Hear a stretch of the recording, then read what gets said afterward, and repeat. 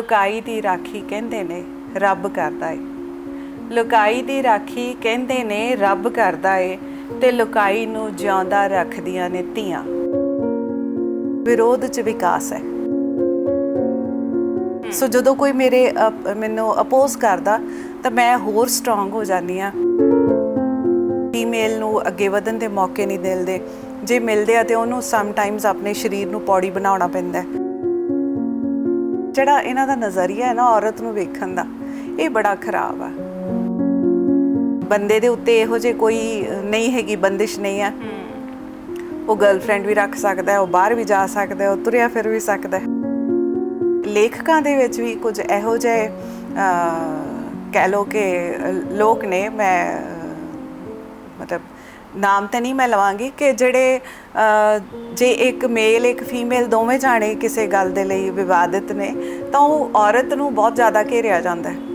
ਬੰਦੇ ਦੀ ਉਸੇ ਤਰ੍ਹਾਂ ਹੀ ਬਾਣ ਪੁੱਛ ਸਤਿਕਾਰ ਹੁੰਦਾ। ਜੇ ਮੇਲ ਮੈਂਬਰ ਤੁਹਾਡੇ ਨਾਲ ਹੈਗਾ, ਤੁਹਾਡਾ ਕੁਲੀਗ ਆ ਤੇ ਉਹ ਲੋਅਰ ਪੋਸਟ ਤੇ ਆ, ਤੇ ਉਹਨੂੰ ਵੀ ਕਹਿਣਾ ਮੰਨਣ 'ਚ ਹੱਦ ਤੱਕ ਮਹਿਸੂਸ ਹੁੰਦੀ ਹੈ। ਜਦੋਂ ਇਹ ਗੱਲ ਅਸੀਂ ਆਪਣੇ ਬੱਚਿਆਂ ਦੀ ਪਰਵਰਿਸ਼, ਖਾਸ ਕਰਕੇ ਲੜਕੀਆਂ ਦੀ ਪਰਵਰਿਸ਼ ਦੇ ਵਿੱਚ ਵੀ ਲੈ ਆਵਾਂਗੇ ਕਿ ਬੇਟਾ ਇਹ ਤੇਰੀ ਭੈਣ ਨਾਲ ਵੀ ਇਸ ਤਰ੍ਹਾਂ ਹੋ ਸਕਦਾ, ਜਾਂ ਇਹ ਵੀ ਮਤਲਬ ਰਿਸ਼ਤੇ ਜਿਹੜੇ ਨੇ ਉਹ ਸੁਖਾਵੇਂ ਹੋਣ, ਉਹਨਾਂ ਦੇ ਵਿੱਚ ਜਿਹੜੀ ਹਵਸ ਆ, ਹਿਰਸ ਆ, ਉਹ ਨਾ ਹੋਵੇ, ਤਾਂ ਮੈਨੂੰ ਲੱਗਦਾ ਕਿ ਫਿਰ ਅਸੀਂ ਇਹ ਦੁਨੀਆ ਨੂੰ ਹੋਰ ਸੋਹਣੀ, ਹੋਰ ਰਹਿਣ ਯੋਗ, ਹੋਰ ਸੋਚਮਈ ਬਣਾ ਸਕਦੇ ਹਾਂ। ਸੋ ਮੁੰਡਿਆਂ ਦੀ ਪਰਵਰਿਸ਼ ਦੇ ਵਿੱਚ ਹੁਣ ਸਭ ਤੋਂ ਵੱਡੀ ਚੀਜ਼ ਇਹੀ ਹੈ, ਰਿਕੁਆਇਰਡ ਆ। ਵਿਜ਼ਨ ਪੰਜਾਬ ਟੀਵੀ ਦੇ ਸਾਰੇ ਦਰਸ਼ਕਾਂ ਨੂੰ ਸਲਾਮ, ਨਮਸਤੇ, ਸਤਿ ਸ਼੍ਰੀ ਅਕਾਲ, ਆਦਾਬ। ਮੈਂ ਕੌਮਿਤਾ ਮਿਨਹਾਸ ਤੇ ਤੁਸੀਂ ਦੇਖ ਰਹੇ ਹੋ program shades of women. Program shades of women ਉਹਨਾਂ ਸਾਰੀਆਂ ਖੂਬਸੂਰਤ ਔਰਤਾਂ ਦੇ ਲਈ ਜਿਨ੍ਹਾਂ ਨੇ ਆਪਣੀ ਹਿੰਮਤ, ਹੌਸਲੇ, ਜਜ਼ਬੇ ਤੇ ਜਨੂਨ ਸਦਕਾ ਇਸ ਸੁਸਾਇਟੀ, ਇਸ ਸਮਾਜ ਤੇ ਸਮਾਜ ਵਿੱਚ ਰਹਿੰਦੀਆਂ ਔਰਤਾਂ ਦੇ ਲਈ ਇੰਸਪੀਰੇਸ਼ਨ ਨੇ, ਪ੍ਰੇਰਨਾ ਸਰੋਤ ਨੇ।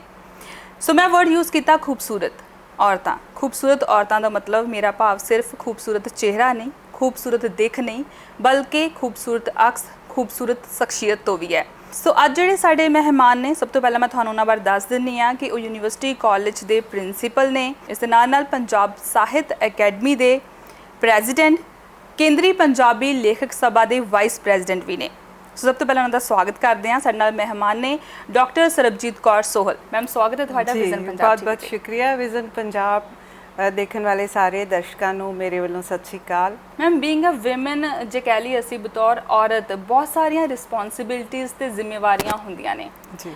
ਸੋ ਇਸ ਦੇ ਨਾਲ ਨਾਲ ਤੁਸੀਂ ਬਹੁਤ ਸਾਰੇ ਹੋਰ ਅਹੁਦਿਆਂ ਤੇ ਵੀ ਹੈਗੇ ਹੋ, ਜਿਵੇਂ ਕਾਲਜ ਵਿੱਚ ਪ੍ਰਿੰਸੀਪਲ ਹੈਗੇ ਹੋ, ਪੰਜਾਬ ਸਾਹਿਤ ਅਕੈਡਮੀ ਦੇ ਪ੍ਰੈਜ਼ੀਡੈਂਟ ਦੇ ਅਹੁਦੇ ਤੇ ਵੀ ਹੈਗੇ ਹੋ, ਕੇਂਦਰੀ ਪੰਜਾਬੀ ਲੇਖਕ ਸਭਾ ਦੇ ਵੀ ਤੁਸੀਂ ਵਾਈਸ ਪ੍ਰੈਜ਼ੀਡੈਂਟ ਹੈਗੇ ਹੋ। ਸੋ ਸਭ ਤੋਂ ਪਹਿਲਾਂ ਤਾਂ ਮੈਂ ਇਹੀ ਜਾਣਨਾ ਚਾਹੂੰਗੀ ਕਿ ਇੰਨੇ ਸਾਰੇ ਅਹੁਦਿਆਂ ਨੂੰ, ਇੰਨੇ ਸਾਰੀਆਂ ਜ਼ਿੰਮੇਵਾਰੀਆਂ ਨੂੰ, ਰਿਸਪੌਂਸਿਬਿਲਿਟੀਜ਼ ਨੂੰ ਤੁਸੀਂ ਕਿਸ ਤਰ੍ਹਾਂ ਮੈਨੇਜ ਕਰਦੇ ਹੋ? ਜੀ, ਮੈਂ ਕੋਸ਼ਿਸ਼ ਕਰਦੀ ਹੁੰਦੀ ਹਾਂ ਕਿ ਜਿਸ ਸਮੇਂ ਜਿੱਥੇ ਹੋਵਾਂ ਉੱਥੇ ਸੰਪੂਰਨ ਤੌਰ 'ਤੇ ਹੋਵਾਂ। ਜੇ ਮੈਂ ਕਾਲਜ ਪ੍ਰਿੰਸੀਪਲ ਹਾਂ ਤਾਂ ਮੈਂ ਉੱਥੇ ਬਸ ਫਿਰ ਮੈਨੂੰ ਹੋਰ ਕੋਈ ਚੀਜ਼ ਯਾਦ ਨਹੀਂ ਹੁੰਦੀ ਕਿ ਮੈਂ ਬਸ ਆਪਣੇ ਸਟੂਡੈਂਟਸ ਲਈ, ਆਪਣੇ ਕਾਲਜ ਲਈ ਕੰਮ ਕਰ ਰਹੀ ਹਾਂ। ਜੇ ਮੈਂ ਸਾਹਿਤ ਅਕੈਡਮੀ ਦੇ ਕੰਮ ਕਰਦੀ ਹਾਂ ਤਾਂ ਫਿਰ ਮੈਨੂੰ ਉਸ ਵੇਲੇ ਮੈਂ ਉੱਥੇ ਹੁੰਦੀ ਹਾਂ। ਇਸੇ ਤਰ੍ਹਾਂ ਜਦੋਂ ਮੈਂ ਆਪਣੇ ਬੱਚਿਆਂ ਨਾਲ, ਪਰਿਵਾਰ ਨਾਲ ਹੁੰਦੀ ਹਾਂ ਤਾਂ ਫਿਰ ਮੈਂ ਉਹਨਾਂ ਦੇ ਨਾਲ ਹੁੰਦੀ ਹਾਂ। ਸੋ ਮੈਨੂੰ ਥੋੜ੍ਹਾ ਜਿਹਾ ਇਹ ਹੈ ਕਿ ਮੈਂ ਪੂਰੀ ਇੰਟੈਂਸਿਟੀ ਨਾਲ, ਸ਼ਿੱਦਤ ਨਾਲ ਕੰਮ ਕਰ ਲੈਂਦੀ ਹਾਂ। ਸਮੇਂ ਨੂੰ ਮੈਂ ਥੋੜ੍ਹਾ ਵੇਖ ਲੈਂਦੀ ਹਾਂ, ਉਹਨੂੰ ਵੰਡ ਲੈਂਦੀ ਹਾਂ, ਅਤੇ ਉਹਦੇ ਨਾਲ ਫਿਰ ਮੈਨੂੰ ਕੋਈ ਬਹੁਤੀ ਸਮੱਸਿਆ ਆਉਂਦੀ ਨਹੀਂ। ਸਗੋਂ ਜਦੋਂ ਜ਼ਿਆਦਾ ਕੰਮ ਹੋਵੇ ਤਾਂ ਮੈਂ ਜ਼ਿਆਦਾ ਖੁਸ਼ ਰਹਿੰਦੀ ਹਾਂ। ਮੈਨੂੰ ਲੱਗਦਾ ਹੁੰਦਾ ਕਿ ਅੱਜ ਕੋਈ ਉਹ ਨਹੀਂ ਹੈ, ਜਿੰਨਾ ਜ਼ਿਆਦਾ ਕੰਮ ਹੈ, ਸਰੀਰ ਲੱਗਦਾ ਕਿ ਚੁਸਤ ਹੈ, ਤੁਰਿਆ ਫਿਰਦਾ, ਭੱਜਿਆ, ਬਿਜ਼ੀ ਰਹਿਣਾ ਮੈਨੂੰ ਚੰਗਾ ਲੱਗਦਾ। ਔਰ ਮੈਂ ਰਹਿੰਦੀ ਵੀ ਹਾਂ। ਮੈਂ ਜਿੰਨਾ ਟਾਈਮ ਘਰ ਹੁੰਦੀ ਹਾਂ, ਮੈਂ ਆਪਣਾ ਪੜ੍ਹਨ ਲਿਖਣ ਦੇ ਟਾਈਮ ਮਤਲਬ ਕਿਤੇ ਨਾ ਕਿਤੇ ਮੈਂ ਰੁੱਝੀ ਰਹਿੰਦੀ ਹਾਂ ਹਰ ਵੇਲੇ। ਜੇਕਰ ਉਹਦੇ ਤੋਂ ਵੀ ਮੈਨੂੰ ਟਾਈਮ ਮਿਲਦਾ ਫਿਰ ਮੈਂ ਗਾਰਡਨਿੰਗ ਕਰ ਲੈਂਦੀ ਹਾਂ। ਮੈਨੂੰ ਬਹੁਤ ਸ਼ੌਂਕ ਹੈ ਗਾਰਡਨਿੰਗ ਦਾ, ਫੁੱਲ ਬੂਟੇ ਵੰਨ ਸੁਵੰਨੇ ਇੱਕ ਤੋਂ ਦੂਜਾ। ਔਰ ਇਸੇ ਨੂੰ ਲੈ ਕੇ ਮੈਂ ਆਪਣੇ ਕਾਲਜ ਦੇ ਵਿੱਚ ਵੀ, ਔਰ ਇੱਕ ਸਾਡਾ ਕਾਲਜ ਮਾਨਸਾ 'ਚ ਹੈ, ਦ ਰਾਇਲ ਗਰੁੱਪ ਆਫ ਕਾਲਜਿਸ, ਦੋਵਾਂ ਥਾਵਾਂ 'ਤੇ ਮੇਰੇ ਕੋਲ ਬਹੁਤ ਸਾਰੇ ਰੁੱਖ ਲਗਾਏ ਹੋਏ ਆ। ਪਲਾਂਟੇਸ਼ਨ ਆ, ਹੈਜਿਸ ਆ, ਫਲਾਵਰਸ ਆ, ਸੀਜ਼ਨਲ ਫਲਾਵਰਸ ਆ। ਸੋ ਮੈਨੂੰ ਇਸ ਗੱਲ 'ਚ ਵੀ ਖੁਸ਼ੀ ਮਿਲਦੀ ਹੈ। ਸੋ ਬਹੁਤ ਸਾਰੇ ਰਿਸਪੌਂਸਿਬਿਲਿਟੀਜ਼ ਦੇ ਨਾਲ ਨਾਲ ਤੁਸੀਂ ਆਪਣੇ ਸ਼ੌਂਕ ਵੀ ਪੂਰੇ ਕਰਦੇ ਹੋ। ਕਿਸ ਦੀ ਸਪੋਰਟ ਸਭ ਤੋਂ ਜ਼ਿਆਦਾ ਰਹਿੰਦੀ ਹੈ ਤੁਹਾਨੂੰ? ਕਿਉਂਕਿ ਲਾਈਫ ਵਿੱਚ ਕੋਈ ਮਤਲਬ ਕੋਈ ਇੱਕ ਰਿਸ਼ਤਾ ਜਾਂ ਕੋਈ ਇੱਕ ਸਪੋਰਟ ਇਹੋ ਜਿਹੀ ਹੁੰਦੀ ਹੈ ਜਿਹੜੀ ਸਾਨੂੰ ਇਨਸਪਾਇਰ ਕਰਦੀ ਹੈ ਨਾ ਸਾਰੀਆਂ ਚੀਜ਼ਾਂ ਨੂੰ ਅਚੀਵ ਕਰਨ ਦੇ ਲਈ? ਸਭ ਤੋਂ ਵੱਧ ਤਾਂ ਮੇਰਾ ਪਰਿਵਾਰ, ਮੇਰੇ ਹਸਬੈਂਡ ਬਹੁਤ ਹੀ ਵਧੀਆ ਨੇ, ਬਹੁਤ ਡੈਕੋਰੇਟਿਡ ਪੁਲਿਸ ਆਫੀਸਰ ਨੇ ਇਸ ਵੇਲੇ, ਐਸਐਸਪੀ ਗੁਰਦਾਸਪੁਰ ਨੇ। ਮੇਰੇ ਬੱਚੇ ਦੋਨੇ, ਵੱਡਾ ਬੇਟਾ ਮੇਰਾ ਅਮਰੀਕਾ ਆ, ਇੱਥੋਂ ਥਾਪਰ ਤੋਂ ਕਰਕੇ ਇੰਜੀਨੀਅਰਿੰਗ, ਤੇ ਉਸ ਤੋਂ ਬਾਅਦ ਫਿਰ ਉਹਨੇ ਪੰਜਾਬ ਯੂਨੀਵਰਸਿਟੀ ਤੋਂ ਲਾਅ ਕੀਤੀ ਹੈ, ਹੁਣ ਉਹ ਅਮਰੀਕਾ ਜੌਬ ਕਰ ਰਿਹਾ। ਤੇ ਛੋਟਾ ਬੇਟਾ ਉਹ ਕਰ ਰਿਹਾ ਇਸ ਵੇਲੇ, ਚੇਅਰਮੈਨ ਹੈਗਾ ਸਾਡੇ ਕਾਲਜ ਆ, ਉਹ ਮਲਟੀ ਫੰਕਸ਼ਨਲ ਕਾਲਜ ਹੈਗਾ, ਉਹਨੂੰ ਦੇਖ ਰਿਹਾ। ਹਾਂਜੀ, ਤੇ ਇਹਦੇ ਨਾਲ ਨਾਲ ਮੇਰੇ ਬ੍ਰਦਰ, ਮੇਰੀ ਸਿਸਟਰ, ਤੇ ਸਭ ਤੋਂ ਵੱਧ ਮਿਹਰ ਮੈਨੂੰ ਲੱਗਦਾ ਹੁੰਦਾ ਰੱਬ ਵਰਗੀ ਮਿਹਰ ਮੇਰੇ ਫਾਦਰ ਮਦਰ ਦੀ ਜੀ। ਉਹ ਹੁਣ ਇਸ ਦੁਨੀਆ 'ਚ ਨਹੀਂ ਆ, ਪਰ ਮੈਂ ਹਰ ਕੰਮ ਲਈ ਉਹਨਾਂ ਦੀ ਧੰਨਵਾਦੀ ਹੁੰਦੀ ਹਾਂ। ਉਹਨਾਂ ਨੇ ਮੈਨੂੰ ਤੁਰਨਾ ਸਿਖਾਇਆ, ਉਹਨਾਂ ਨੇ ਮੈਨੂੰ ਮਿਹਨਤ ਕਰਨੀ ਸਿਖਾਈ, ਕਿਉਂਕਿ ਆਪ ਬਹੁਤ ਮਿਹਨਤ ਕਰਦੇ ਸੀ। ਸੋ ਉਹਨਾਂ ਦੀ ਦੇਣ। ਔਰ ਮੇਰੇ ਦਾਦਾ ਜੀ ਉਹ ਫਰੀडम ਫਾਈਟਰ ਸੀ, ਸਵਰਗੀ ਸਰਦਾਰ ਸੁੰਦਰ ਸਿੰਘ ਮੁਰੀਦਕਾ। ਸੋ ਮੈਨੂੰ ਹਮੇਸ਼ਾ ਲੱਗਦਾ ਹੁੰਦਾ ਕਿ ਉਹਨਾਂ ਦਾ, ਔਰ ਮੈਨੂੰ ਆਪਣੇ ਪੇਕੇ ਸਹੁਰੇ ਦੋਨਾਂ ਪਰਿਵਾਰਾਂ ਵੱਲੋਂ ਬੜਾ ਸਹਿਯੋਗ ਮਿਲਦਾ। ਸੋ ਮੈਂ ਸਾਰਿਆਂ ਦੀ ਸਪੋਰਟ ਲੈ ਲੈਂਦੀ। ਬਿਲਕੁਲ ਤੁਸੀਂ ਲੱਕੀ ਹੋ, ਤੁਸੀਂ ਜਿਸ ਤਰ੍ਹਾਂ ਦੱਸਿਆ ਕਿ ਪੇਕੇ ਸਹੁਰੇ ਦੋਨਾਂ ਪਰਿਵਾਰਾਂ ਵੱਲੋਂ ਤੁਹਾਨੂੰ ਪੂਰਾ ਸਹਿਯੋਗ ਮਿਲਿਆ, ਪਰ ਬਹੁਤ ਸਾਰੀਆਂ ਔਰਤਾਂ ਨੂੰ ਅੱਜ ਵੀ ਜਿਹੜਾ ਇਹ ਕਹਿ ਸਕਦੇ ਹਾਂ ਕਿ ਇੰਨੀਆਂ ਖੁਸ਼ ਨਸੀਬ ਨਹੀਂ ਹੁੰਦੀਆਂ ਜਿਨ੍ਹਾਂ ਨੂੰ ਇੰਨੀ ਸਪੋਰਟ ਮਿਲਦੀ ਹੈਗੀ ਆ। ਸੋ ਤੁਸੀਂ ਦੱਸਿਆ ਕਿ ਤੁਹਾਡੇ ਹਸਬੈਂਡ ਜਿਹੜੇ ਨੇ ਉਹ ਐਸਐਸਪੀ ਗੁਰਦਾਸਪੁਰ ਨੇ, ਤੁਸੀਂ ਸਾਹਿਤ ਨਾਲ ਜੁੜੇ ਹੋਏ ਹੋ, ਲਿਖਦੇ ਵੀ ਹੋ, ਤੇ ਜਿਹੜਾ ਇਨਸਾਨ ਸਾਹਿਤ ਦੇ ਨਾਲ ਜੁੜਿਆ ਹੁੰਦਾ ਆ, ਜ਼ਾਹਿਰ ਜੀ ਗੱਲ ਹੈ ਕਿ ਜਦੋਂ ਅਸੀਂ ਸਾਹਿਤ ਵਰਡ ਯੂਜ਼ ਕਰਦੇ ਹਾਂ ਤੇ ਇੱਕ ਬਹੁਤ ਹੀ ਸਹਿਜਤਾ, ਬਹੁਤ ਹੀ ਸੌਫਟ ਪਰਸਨ ਜਿਹੜਾ ਉਹ ਉਸ ਦਾ ਜਿਹੜਾ ਜ਼ਿਕਰ ਜਾਂ ਕਹਿ ਲਓ ਜ਼ਿਹਨ ਦੇ ਵਿੱਚ ਇੱਕ ਤਸਵੀਰ ਉੱਭਰਦੀ ਆ। ਪਰ ਜਦੋਂ ਅਸੀਂ ਪੁਲਿਸ ਡਿਪਾਰਟਮੈਂਟ ਦੀ ਗੱਲ ਕਰਦੇ ਹਾਂ, ਜਦੋਂ ਅਸੀਂ ਇਹ ਸੋਚਦੇ ਹਾਂ ਕਿ ਪੁਲਿਸ ਵਿਭਾਗ ਦੇ ਵਿੱਚ ਹੈ ਨਾ ਤੁਹਾਡੇ ਜਿਵੇਂ ਹਸਬੈਂਡ ਨੇ, ਤਾਂ ਉਹ ਇੱਕ ਵੱਖਰੀ ਤਸਵੀਰ ਉੱਭਰ ਕੇ ਆਉਂਦੀ ਹੈ। ਸੋ ਕਿਸ ਤਰ੍ਹਾਂ ਦਾ ਜਿਹੜਾ ਉਹਨਾਂ ਦੇ ਨਾਲ ਸਫ਼ਰ ਜਿਹੜਾ ਉਹ ਰਹਿੰਦਾ ਆ, ਕਿਉਂਕਿ ਦੋਵੇਂ ਵੱਖਰੇ ਵੱਖਰੇ ਡਿਪਾਰਟਮੈਂਟਸ ਨੇ, ਸੋ ਨੇਚਰ ਵੀ ਉਸ ਹਿਸਾਬ ਦੀ ਇਨਸਾਨ ਦੀ ਹੋ ਜਾਂਦੀ ਹੈ ਜਦੋਂ ਅਲੱਗ-ਅਲੱਗ ਡਿਪਾਰਟਮੈਂਟ ਵਿੱਚ ਟੋਟਲੀ ਡਿਫਰੈਂਟ ਜਿਹੜੇ ਹੈਗੇ ਨੇ ਉਹਨਾਂ ਦੇ ਵਿੱਚ ਜਦੋਂ ਕੰਮ ਕਰਦੇ ਹੋ ਤਾਂ? ਮੈਨੂੰ ਲੱਗਦਾ ਹੈ ਪਰਸਨ ਟੂ ਪਰਸਨ ਵੇਰੀ ਕਰਦਾ। ਜੇ ਮੇਰੇ ਹਸਬੈਂਡ ਨੇ ਤੇ ਉਹ ਜਿਹੜਾ ਮੇਰਾ ਸਾਹਿਤਕ ਪਰਿਵਾਰ ਆ, ਉਹਨਾਂ ਨੂੰ ਵੀ ਓਨਾ ਹੀ ਪਿਆਰ ਮਿਲਦਾ ਆ। ਮੇਰੇ ਹਸਬੈਂਡ ਨੂੰ ਮੇਰੇ ਤੋਂ ਸ਼ਾਇਦ ਜ਼ਿਆਦਾ ਹੀ ਮਿਲਦਾ ਹੋਵੇ, ਕਿਉਂਕਿ ਉਹ ਵੀ ਲਿਟਰੇਰੀ ਨੇ, ਉਹਨਾਂ ਨੇ ਡਾਕਟਰੇਟ ਕੀਤੀ ਹੈ। ਔਰ ਜਿੰਨੇ ਲੇਖਕ ਮੈਨੂੰ ਜਾਣਦੇ ਨੇ ਓਨੇ ਹੀ ਉਹਨਾਂ ਨੂੰ ਜਾਣਦੇ ਆ। ਸੋ ਦੂਸਰੀ ਗੱਲ ਇਹ ਆ ਕਿ ਉਹ ਬੜੇ ਸੰਵੇਦਨਸ਼ੀਲ ਆ, ਬਹੁਤ ਸੂਖਮ ਭਾਵੀ ਨੇ। ਵੈਸੇ ਲੱਗਦਾ ਹੁੰਦਾ ਹੈ ਕਿ ਪੁਲਿਸ ਡਿਪਾਰਟਮੈਂਟ 'ਚ ਇਦਾਂ ਦੇ ਆਫੀਸਰ ਨਹੀਂ ਹੁੰਦੇ, ਬਿਲਕੁਲ ਮੰਨਿਆ ਜਾਂਦਾ ਇਸ ਤਰੀਕੇ ਨਾਲ ਕਿ ਜੇ ਪੁਲਿਸ ਡਿਪਾਰਟਮੈਂਟ ਵਿੱਚ ਕੋਈ ਹੈਗਾ ਹੈ ਤੇ ਸੰਵੇਦਨਸ਼ੀਲਤਾ ਵਰਡ ਜਿਹੜਾ ਹੈ ਯੂਜ਼ ਕਰਨਾ ਥੋੜਾ ਔਖਾ ਹੋ ਜਾਂਦਾ ਹੈ। ਨਹੀਂ, ਉਹ ਬਹੁਤ ਇਸ ਗੱਲੋਂ ਉਹਨਾਂ ਨੂੰ, ਮੈਨੂੰ ਮਤਲਬ ਮੈਂ ਕਹਾਂਗੀ ਕਿ ਪ੍ਰਮਾਤਮਾ ਦੀ ਮਿਹਰ ਆ। ਤੇ ਉਹਨਾਂ ਨੇ ਕਦੇ ਲੋੜਵੰਦ ਨੂੰ, ਮਤਲਬ ਜਿਹੜਾ ਉਹਨਾਂ ਕੋਲੇ ਲੋੜਵੰਦ ਚਲਾ ਗਿਆ ਤਾਂ ਫਿਰ ਉਹਦਾ ਕੰਮ ਇਹ ਨਹੀਂਗਾ ਕਿ ਉਹ ਰਹਿ ਜਾਏ। ਇੰਸਟੈਂਟ ਕੰਮ ਕਰਨਾ, ਫਟਾਫਟ ਕਰਕੇ ਅਗਲੇ ਨੂੰ, ਮਤਲਬ ਇਹ ਨਹੀਂਗਾ ਕਿ ਲਮਕਾਈ ਜਾਓ, ਇੱਦਾਂ ਕਰੋ ਉੱਦਾਂ ਕਰੋ। ਔਰ ਆਪਣੇ ਬੱਚਿਆਂ ਨੂੰ ਬਹੁਤ ਸਪੋਰਟ ਕਰਦੇ ਆ, ਮੈਨੂੰ ਬਹੁਤ ਸਪੋਰਟ ਕਰਦੇ ਆ, ਕਿਉਂਕਿ ਮੈਂ ਹੁਣ ਅਸੀਂ ਪੰਜਾਬ ਸਾਹਿਤ ਅਕੈਡਮੀ ਵੱਲੋਂ ਬਹੁਤ ਸਾਰੇ ਪ੍ਰੋਗਰਾਮ ਜਿਹੜੇ ਨੇ ਉਹ ਕੀਤੇ ਨੇ, ਪਿੰਡਾਂ ਦੇ ਵਿੱਚ ਜਾ ਕੇ ਕੀਤੇ ਆ। ਫਰੀਦਕੋਟ, ਮੁਕਤਸਰ, ਸੰਗਰੂਰ, ਫਾਜ਼ਿਲਕਾ, ਔਰ ਇੱਧਰ ਸਾਰੇ ਮਾਨਸਾ, ਬੁਢਲਾਡਾ ਹੈ ਨਾ ਜੀ, ਇੱਧਰ ਸਾਰੇ ਗੁਰਦਾਸਪੁਰ, ਫਿਰ ਇੱਧਰ ਬਟਾਲਾ ਹੋ ਗਿਆ, ਫਿਰ ਮਤਲਬ ਅੰਮ੍ਰਿਤਸਰ, ਕੋਈ ਥਾਂ ਛੱਡੀ ਨਹੀਂ ਅਸੀਂ, ਹਿਮਾਚਲ, ਦਿੱਲੀ, ਅਸੀਂ ਬਹੁਤ ਸਾਰੇ ਪ੍ਰੋਗਰਾਮ ਕੀਤੇ। ਤੇ ਉਸ ਸਾਰੇ ਪ੍ਰੋਗਰਾਮ ਕਰਨ ਦੇ ਲਈ ਇੱਕ ਔਰਤ ਨੂੰ ਜੇਕਰ ਘਰੋਂ ਸਪੋਰਟ ਨਾ ਹੋਵੇ ਤਾਂ ਉਹ ਕੁਝ ਨਹੀਂ ਕਰ ਸਕਦੀ, ਹੈ ਨਾ। ਸੋ ਮੈਨੂੰ ਮਤਲਬ ਕਦੇ ਮੈਨੂੰ ਗੱਡੀ ਤੋਂ ਨਹੀਂ ਰੋਕਿਆ, ਮੈਨੂੰ ਡਰਾਈਵਰ ਤੋਂ ਨਹੀਂ ਰੋਕਿਆ, ਸੋ ਮੈਨੂੰ ਸਪੋਰਟ ਹੁੰਦੀ ਹੈ ਘਰ ਵੱਲੋਂ। ਹਾਂ, ਤਾਂ ਫਿਰ ਮੈਂ ਤਾਂ ਕਰਕੇ ਫਿਰ ਬੰਦਾ ਨੈਚੁਰਲੀ ਗਰੋ ਕਰਦਾ ਆ। ਬਿਲਕੁਲ, ਜਦੋਂ ਸਪੋਰਟ ਹੁੰਦੀ ਹੈ ਤੇ ਉਦੋਂ ਥੋੜਾ ਕੰਮ ਆਸਾਨ ਵੀ ਹੋ ਜਾਂਦਾ। ਪਰ ਫਿਰ ਵੀ ਕੁਝ ਕਿਸੇ ਅਹੁਦੇ ਤੇ ਕੰਮ ਕਰਨਾ, ਕਿਸੇ ਡਿਪਾਰਟਮੈਂਟ ਦੇ ਵਿੱਚ ਕੰਮ ਕਰਨਾ, ਜਿਵੇਂ ਤੁਸੀਂ ਦੱਸਿਆ ਕਿ ਫੈਮਿਲੀ ਵੱਲੋਂ ਪੂਰੀ ਸਪੋਰਟ ਰਹਿੰਦੀ ਹੈ, ਤੇ ਤੁਸੀਂ, ਮੈਂ ਪਹਿਲਾਂ ਵੀ ਕਿਹਾ ਸੀ, ਤੁਸੀਂ ਬਹੁਤ ਲੱਕੀ ਵੀ ਹੋ, ਹੈ ਨਾ, ਕਿ ਦੋਨੋਂ ਫੈਮਿਲੀਜ਼ ਵੱਲੋਂ ਪੂਰੀ ਸਪੋਰਟ ਰਹੀ ਸ਼ੁਰੂ ਤੋਂ। ਪਰ ਜਦੋਂ ਅਸੀਂ ਬਾਹਰ ਨਿਕਲਦੇ ਹਾਂ, ਜਦੋਂ ਅਸੀਂ ਕਿਸੇ ਡਿਪਾਰਟਮੈਂਟ ਦੇ ਵਿੱਚ ਕੰਮ ਕਰਦੇ ਹਾਂ, ਕਿਸੇ ਵਿਭਾਗ ਦੇ ਵਿੱਚ ਕਿਸੇ ਅਹੁਦੇ ਤੇ ਤਾਇਨਾਤ ਹੁੰਦੇ ਆ, ਤੇ ਆਪਣੀ ਇਮਾਨਦਾਰੀ ਦੇ ਨਾਲ ਜਿਸ ਇਨਸਾਨ ਨੇ ਕੰਮ ਕਰਨਾ ਹੋਵੇ, ਉਹ ਕੋਈ ਸੌਖਾ ਨਹੀਂ ਆ। ਬਹੁਤ ਸਾਰੀਆਂ ਚੁਣੌਤੀਆਂ ਹੁੰਦੀਆਂ ਨੇ। ਸੋ ਤੁਸੀਂ ਉਸ ਚੀਜ਼ ਨੂੰ ਕਿਸ ਤਰ੍ਹਾਂ ਮਹਿਸੂਸ ਕਰਦੇ ਹੋ ਕਿ ਉਹ ਚੁਣੌਤੀਆਂ ਦਾ ਸਾਹਮਣਾ ਤੁਹਾਨੂੰ ਵੀ ਕਰਨਾ ਪਿਆ? ਬਿਲਕੁਲ, ਮੈਨੂੰ ਬਹੁਤ ਸਾਰੀਆਂ ਮੁਸ਼ਕਿਲਾਂ ਆਉਂਦੀਆਂ ਰਹੀਆਂ। ਜਦੋਂ ਈਵਨ ਕਿ ਤੁਹਾਨੂੰ ਇੱਕ ਜੈਲਸੀ ਫੈਕਟਰ ਬਹੁਤ ਹੁੰਦਾ ਹੈ, ਬਿਲਕੁਲ, ਹੈ ਨਾ। ਤੁਸੀਂ ਜਿੰਨਾ ਮਰਜ਼ੀ ਸੁਹਿਰਦ ਹੋ ਜਾਓ, ਤੁਸੀਂ ਜਿੰਨਾ ਮਰਜ਼ੀ ਆਪਣੇ ਆਪ ਨੂੰ ਮਤਲਬ ਲੋ ਰੱਖੋ, ਹਾਂ ਹੈ ਨਾ, ਨਿਮਰ ਰਹੋ, ਫਿਰ ਵੀ ਪਤਾ ਨਹੀਂ ਕਿਉਂ ਲੋਕ, ਮੈਂ ਤਾਂ ਕਹਿੰਦੀ ਹੁੰਦੀ ਆ ਵੀ ਉਹ ਤਰੱਕੀ ਕਰੋ, ਤੁਸੀਂ ਵੀ ਕਰੋ। ਬਿਲਕੁਲ, ਜਿਹੜਾ ਦੂਸਰੇ ਕੋਈ ਦੀ ਇੱਕ ਤਰੱਕੀ ਦੇਖ ਕੇ ਦੂਜੇ ਦੀ ਲੱਤ ਨਾ ਖਿੱਚਦੇ jealous ਆ। ਹੋਵੋ, ਆਪ ਖੁਦ ਵੀ ਹਾਂ ਤਰੱਕੀ ਕਰੋ। ਹਾਂ, ਸੋ ਇਦਾਂ ਸਮੱਸਿਆਵਾਂ ਆਈਆਂ ਜਦੋਂ ਮੈਨੂੰ ਮੈਂ ਕਿਉਂਕਿ ਟੀਚਿੰਗ ਦੇ ਵਿੱਚ ਸੀ ਪਹਿਲਾਂ 15 ਸਾਲ ਗਵਰਨਮੈਂਟ ਆਫ ਪੰਜਾਬ ਵੱਲੋਂ, ਤੇ ਮੈਂ ਜਦੋਂ ਮੈਨੂੰ ਸਟੇਟ ਅਵਾਰਡ ਮਿਲਿਆ, ਮੈਨੂੰ ਨੈਸ਼ਨਲ ਅਵਾਰਡ ਮਿਲਿਆ, Indira Gandhi NSS national award ਮਿਲਿਆ, ਤਾਂ ਸਾਰੇ ਸਮੇਂ ਕਿਸੇ ਨਾ ਕਿਸੇ ਨੂੰ ਜ਼ਰੂਰ ਕੋਈ ਨਾ ਕੋਈ ਵਿੱਚ ਅੰਦਰ Colleagues ਨੂੰ, ਨਾਲ ਦੇ ਸਹਿਯੋਗੀਆਂ ਨੂੰ। ਹਾਂ, ਬਹੁਤੇ ਸਾਰੇ ਤਾਂ ਨਹੀਂ ਸੀ, ਬਟ ਇੱਕ ਹੀ ਸੀ ਕੋਈ ਉਸ ਵੇਲੇ। ਤਾਂ ਚਲੋ, ਪਰ ਮੈਂ ਇਸ ਗੱਲ ਨੂੰ ਇਦਾਂ ਲੈਂਦੀ ਆ ਕਿ ਵਿਰੋਧ 'ਚ ਵਿਕਾਸ ਹੈ, ਕਿ ਜੇ ਬੰਦੇ ਦਾ ਵਿਰੋਧ ਹੋ ਰਿਹਾ ਹੈ ਤਾਂ ਉਸ ਦਾ ਵਿਕਾਸ ਵੀ ਹੋ ਰਿਹਾ, ਗਰੋਥ ਹੈ। ਸੋ ਜਦੋਂ ਕੋਈ ਮੈਨੂੰ ਅਪੋਜ਼ ਕਰਦਾ ਤਾਂ ਮੈਂ ਹੋਰ ਸਟਰੋਂਗ ਹੋ ਜਾਂਦੀ ਆ, ਮੈਂ ਮੁਸ਼ਕਲਾਂ 'ਚ ਹੋਰ ਮੈਨੂੰ ਲੱਗਦਾ ਹੁੰਦਾ ਕਿ ਹੁਣ ਮੈਂ ਜ਼ਿਆਦਾ ਕਹਿ ਲਓ ਕਿ ਕੌਨਫੀਡੈਂਸ ਨਾਲ ਅੱਗੇ ਵੱਧਦੀ ਹਾਂ। ਸੋ ਮੈਨੂੰ ਠੀਕ ਹੈ, ਮੈਂ ਕਦੀ ਇਹਨਾਂ ਚੀਜ਼ਾਂ ਨੂੰ ਬਹੁਤਾ ਮਾਈਂਡ ਨਹੀਂ ਕੀਤਾ।